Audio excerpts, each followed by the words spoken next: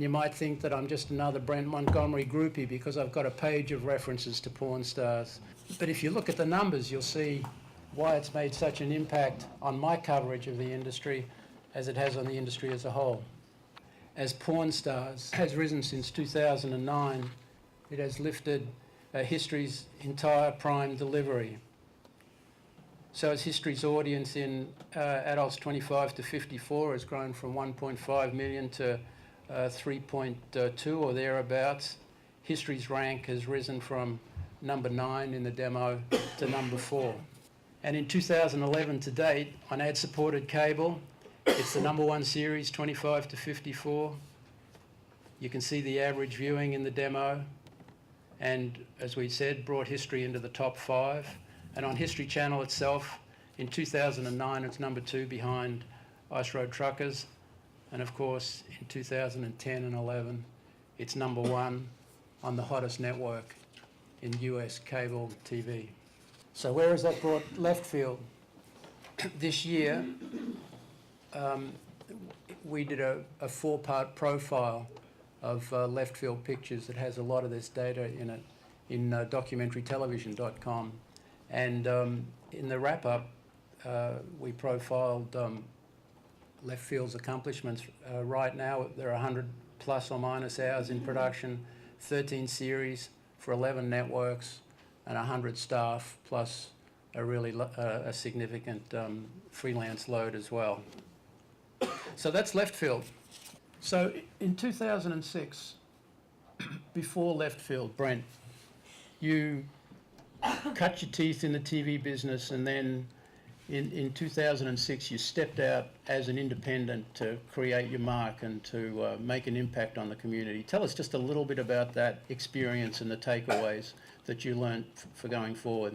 Sure. There's kind of 2 routes, I think, for independent producers to take. One is to be at a network and go out and have overseen shows on the network side, and then do it on the production side. The other route is the one I took, which was just working directly up the production ladder. And so I was fortunate to work for probably over a dozen New York City production companies, some of the biggest ones, some of the smaller ones, and really see what made the ones successful and what the other ones could have possibly done better. And I also got the opportunity to work on hit shows as just work for hire, shows like The Bachelor, What Not to Wear, Blind Date, Wife Swap, shows that were very different in their formats, but entertainment was at the crux of all of them.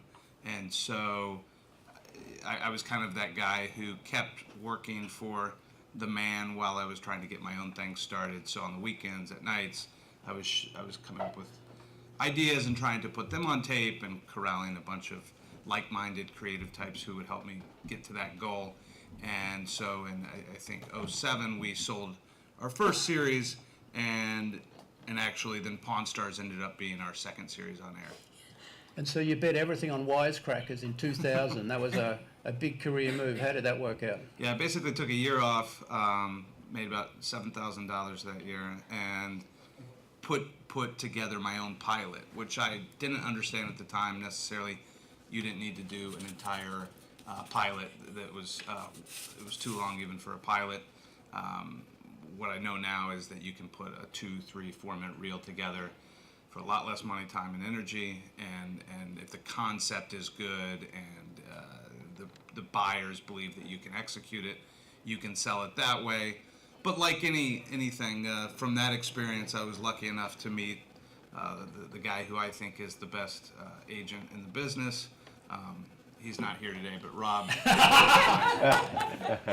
I met Rob Miller, who was at Beanstalk at the time, and started doing their packaging, and they're one of the agencies here in town who does a lot of news and a lot of non-scripted television.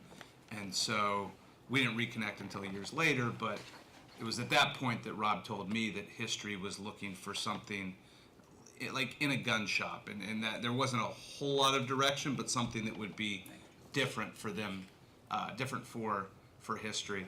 And so I don't think I would have ever thought of taking Pawn Stars to the History Channel if Rob hadn't spoken to an executive there and got that direction. So, Rob, when you met Brent, did you see anything special about him as a, was there any, Well, there was another show which will remain unnamed that was part of that package in 2000. It's called Funnel Boy, and we'll let you think about what that is. Oh, for the love of God.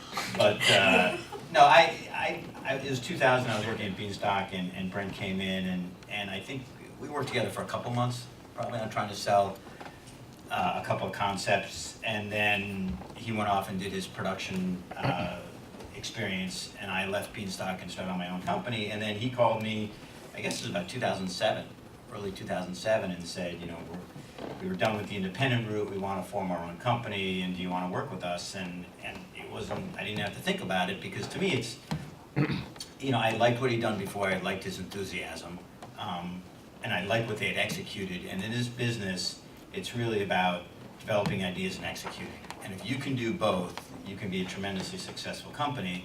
And I think if you look at Leftfield compared to the rest of the industry, there are very few companies that are so good at first creating the ideas, Right. formulating the idea, and then putting it on tape and executing it. And even as they've grown, there's now, I think it's actually 16 series, is that right, Brent? It's not 13, Yeah. but the quality has not slipped at all. And every time there's a new tape that comes down, that comes out, whether it's a demonstration reel or whether it's an episode of a show, the quality remains. And actually, a series they just delivered recently, I think is the best work they've ever done. So if you can do both of those, I think that's how you become successful in the business. And Brent called and said, do you want to represent us? And I didn't have to think about it at all. And we started working together, and I think there actually were a couple series that sold before Pawn Stars. We went and sold a series to CMT, which is a reality competition series called Bridal Boot Camp, which, you know, we walked in there, pitched the concept. There's a good tape that was part of it as the presentation reel, and CMT allowed Leftfield to produce the show without attaching any other production company or any other personnel. They did a great job with it, and I think we were fortunate to get moving forward. And that was the first show. It was a 10-part series, and then we did a show for True TV called Principal's Office. We did one for TLC called Happily Ever Faster, which was about a wedding chapel in Vegas. And then we went out early 2009 with 8 reels, 8 separate independent demo reels, of which we sold 7 of those to pilot in that series. so coming back to Brent's qualities and Leftfield's qualities, you said that there's an outstanding, you know, gift for development. What drives that? Is it an eye for character, an eye for situation, like the ability to strike a hard deal with emerging talent? I mean, what are the key attributes? I would say it's one of the major factors in it is talent, is an eye for finding talent and for casting. And I think that Brent was extremely bright about how the way he set up the company, in that they put a casting team together of 6 people who all they did back in those days was cast for talent. And that's where those 8 reels came out of. And I think it was before anyone else was doing that in the business. And that's what pushed the business. It was a huge investment for a company that really didn't have a ton of revenue coming in with 2 or 3 series on the air, to say, we're going to take a step and invest in this area of the business, but recognizing that that's what the business is all about. And if you go into any network right now, what they will tell you is what they're looking for is some family-run business with, you know, people doing some extraordinary job that you wouldn't expect to see. Well, they jumped the gun on that by about 4 years and had the team in place. So Brent, why did you do that? You created the gun. Why? And what was the structure of your talent development team? Well, you know, there's a lot of the places I was at as production companies had a really strong development person, and what you also need are those very patient casting. You know, for us, they're usually kids. I mean, they're young, they're hungry. They will get on the phone and listen to these characters who go on these shows are talkers, and they will talk, you know, your ear off. So these kids are patient. They listen to them, and they get excited. And when they get excited, they go to our development team, and then they get excited. And then, more often than not, by the time I see the actual characters, they're very solid. And what kind of structure did you put in place? I mean, what was the staffing level of your talent team? Our company, we fluctuate up and down every week. So we may have 10 to 15 people starting every Monday, and 5 people, their specific gig is finishing up. So it's the biggest obstacle to doing production in New York City is just office space and trying to sort that out, because as everyone knows here, it's not very affordable. But our team in place is divided between the development team, and they're the ones who are originating the ideas and working with the networks, and then they're giving the charge to the casting people to go out and find the next Snooki or whoever it is. If we come up with an idea, we don't necessarily find the people and then come up with the idea. It's usually coming up with the idea for Pawn Star, or doing a pawn shop show, and then going and trying to weed through hundreds, if not thousands, of pawn shops to find the best one. And also a talent who is motivated to give you that time that you'll need to make a TV series, which is a ton of time.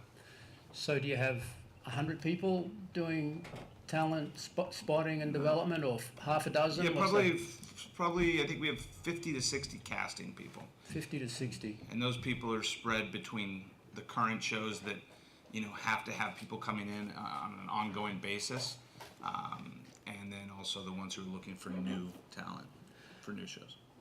And maybe Rob and Brent, when the talent walks in the door, or you spot the talent, what are the key qualities, the key characteristics that you're looking for? What are the benchmarks that they have to pass before, you roll the dice with them? They have to be real. I think a lot of people try to put on a false front because they assume that they're selling themselves to you, which they are, but that facade will go away very quickly, and you'll peel it back, and you'll be dealing with this person for 50, 60 hours a week. So they have to be passionate about what they do. I think if they're not passionate about it, why would the audience be passionate about it? So we look for passion and talent, and of course, a sense of humor if the show is in that vein, or if it's a show like Mary does the show Swamp People, which these guys, not only the men and women themselves who are hunting the alligators, but the crew, they have to be brave. So there, I think you're looking for somebody who's a little bit more like, Mel Gibson in the first Lethal Weapon movies. A little bit off, but motivated and brave and exciting. So it depends on what the show is you're going for. And Peter, I'd add to that I think there are two elements that I think the audience has a pretty high bullshit meter. So they can tell, you watch a show and they'll tell you, they know what's good and what's bad. Mm-hmm. They'll tell you by the numbers what characters work and what don't. And then I think the second part of that is that there are plenty of production companies out there, but I think very few of them really understand how to produce reality television. And that is to take a concept and make it look organic. When sometimes during the production things don't go like you planned, but there are very few in Leftfield, and I'm a little bit biased, but I truly believe that I watch a lot of reality television, which is part of my job, and you can look at a show and know right away whether a company knows how to produce or not. Mary? I 100% agree. In listening to Brent speak, I learned things about his past I did not know. But I actually believe that one of the best training grounds to learn how to create and find really good characters is to work on either big broadcast network things that are cast and heavily formatted, or to actually work in daytime. And of all the companies that I've ever had the privilege to work with, I think Leftfield is the best at character, because Brent and so many of his staff have that background. And if you're someone like me, it all begins with character. You can take great people and spin them in any way that works for your brand. And that's what these guys are gifted at, and that's why all their shows work.